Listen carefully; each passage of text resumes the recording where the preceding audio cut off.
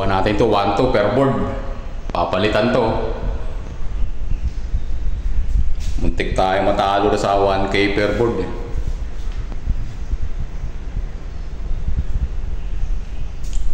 Papalitan natin to ng modular na.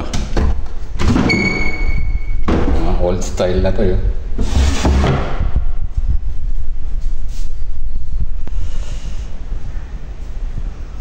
$1-2 per board ang kuha natin dito.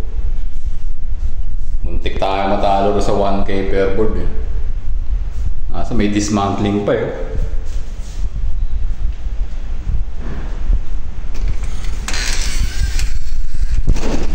Bukan natin sa 1-2 per board.